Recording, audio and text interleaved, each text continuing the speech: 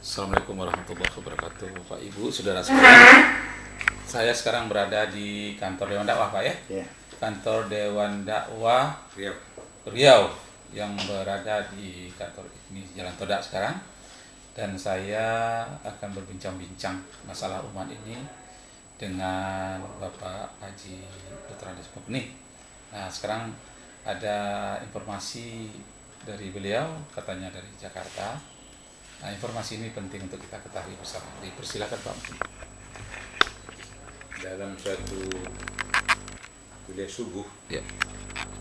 maka Kiai Haji Khalil Ridwan Iya. Saya di sini. sebagai juga salah seorang ketua MUI pusat Ya. dan juga sebagai pembina Dewan Dakwah Indonesia. Ya.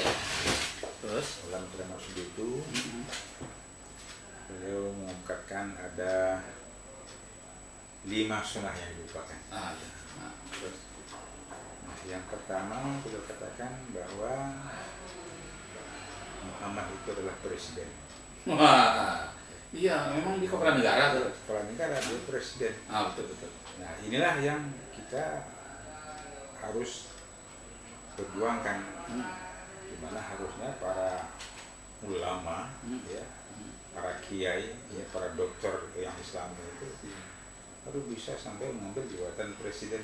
Wah, Nah, ya. penguasa lah gitu ya. Penguasa kan. Nah, jadi kalau hanya sebagai raja atau sebagai pengusaha, sebagai orang kaya sudah pernah ditawarkan. Iya. Kalau Muhammad kau menjadi raja, kami angkat jadi raja. Kalau mau kekayaan, kamu kasih kekayaan. Kalau kamu ingin wanita cantik, kami kasih, pilihlah siapa yang mau kaya. Tapi satu yang tidak boleh, jangan kau rusak budaya nenek moyang. Wah, ketahuan dari orang musyrik kafir apa Mekah. Jangan dakwah kaya. Itu semuanya ditolak oleh Nabi. Tapi terakhir dia berjuang sehingga dia bisa jadi presiden, jadi khalifah, jadi pemimpin. Ya. Nah, itu sekarang yang kita tidak perjuangkan. Sekarang kita seolah-olah kita ini hanya sudah dakwah aja, dakwah fikih, dakwah hadis, dakwah itu ya. Untuk bagaimana mengambil kekuasaan. Sunnah Nabi itu seolah cuma salat duha dengan zikir ya. Iya. Padahal menjadi presiden itu sunnah Nabi juga. Sunnah Nabi juga. Nah, itu dia perjuangkan. Kok dilupakan Kalau gitu ya? dilupakan itu. Oh, betul. Itu Itu baru satu. Satu. Nah, yang kedua Pak. Yang kedua, kata beliau, Madinah. Madinah itu adalah ibu kota negara. Wah, itu. Jadi Madinah itu ibu kota negara, bukan sekedar hijrah dari Mekah ke Madinah, tapi pusat pemerintahan. Ya, disitulah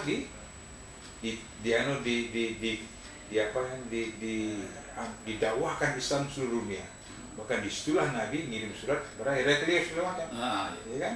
Jadi itu pusat kekuasaan. Nah, itu Madinah. Jadi itu yang kita lupakan aja. Jadi bagi kita Madinah itu pusat kekuasaan. Nah, itu.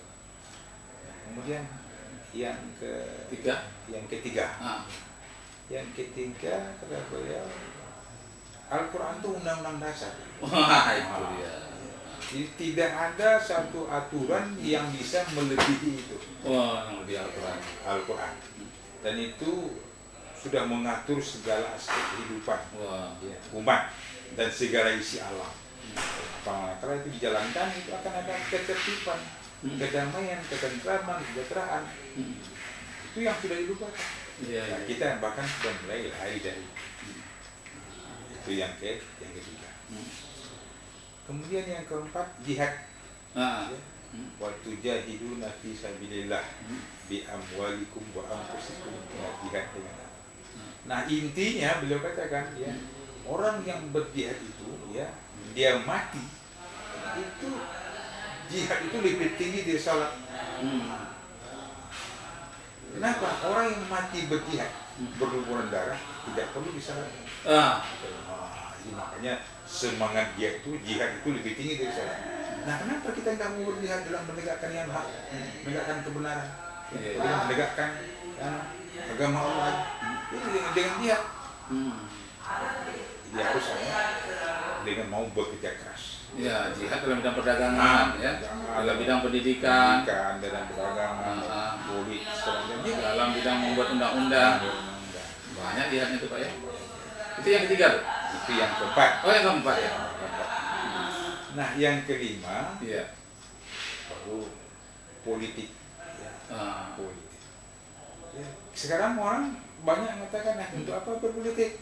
Ustaz jangan berpolitik. Politik Agama itu jangan dipolitisi. strategi gitu kan. Ada politik itu adalah satu cara Iya. untuk mencapai tujuan. Itu dia. Itu yang politik. Mm-mm. Nah sekarang Nabi juga berpolitik. Mm-mm. Nah, contoh, bagaimana politik Nabi? Dia pernah ditelungkupi dengan kotoran yang basah. Mm. Ya, tapi dia nggak menyakiti orang, bahkan Umar bin Khattab udah marah. Ini politik. Jangan, dia belum tahu. Bahkan ada orang terkencing di masjid. Iya. Ya, tapi Umar, Nabi nggak marah, kenapa dia belum tahu? Ya, ini politik. Nah bahkan pernah juga Nabi diludahi tiap pagi. Tapi hari yang ketujuh nggak ada ludah itu, dia tanya mana orang ludah saya? Oh dia sakit ya Muhammad. Dia besok. Nah begitu politik cara begitu. Strategi yang dia pakai. Akhirnya orang masuk Islam. Akibat kesabaran beliau, taktik yang beliau pakai itu mengena gitu ya. Akhirnya untuk masuk Islam. Sekarang kita punya atau tidak itu ya? Sekarang sampai saya katakan dengan beliau, tolong Pak Kiai, ini dibuat buku saku. Betul. Nah, buat buku saku kecil ya. Kalau betul kita di Pekanbaru nanti yang buat. Iya, kita buat buku saku itu nanti kita olah kan, kita olah. Dan saya menyampaikan kepada beliau, sebenarnya Pak Abdullah, Pak Kiai, saya ini pagi ini mendapat rahmat Ustaz. Nah kenapa? Karena apa yang Pak Kiai sampaikan itu bagi saya sudah tinggal stempel, artinya mensahkan, disahkan oleh pusat. Saya sebagai ketua Dewan Dakwah Riau itu sudah sering menyampaikan dalam khutbah, cuma caranya beda. Saya bilang contoh, oke, saya angkat Al-Quran itu di depan jamaah. Nah, Bapak, kalau seandainya kehidupan pribadi bermasyarakat, berbangsa, bernegara diatur menurut Al-Quran ini, undang-undang Allah ini, nah Bapak yakin nggak ada kedamaian? Bapak yakin nggak ada ketentraman dan keselamatan? Karena ini khutbah nggak boleh jawab. Saya jawab lah. Nah, kalau seandainya terbetik dalam hati Bapak, nggak mungkin. Bapak tidak perlu salat. Mantap. Tidak perlu. Kenapa? Ini Al-Quran. Saya bilang tidak boleh diragukan satu baris, satu kata, bahkan titiknya pun tidak boleh diragukan. Al-haqqu min rabbika fala takunan. Ya, makasih Pak ya. Mudah-mudahan Bapak Ibu Saudara yang melihat kamera ini nanti kita masuk ke YouTube ini Pak. Mudah-mudahan ini menjadi amal soleh bagi Bapak. Terima kasih Pak ya. Assalamualaikum warahmatullahi wabarakatuh.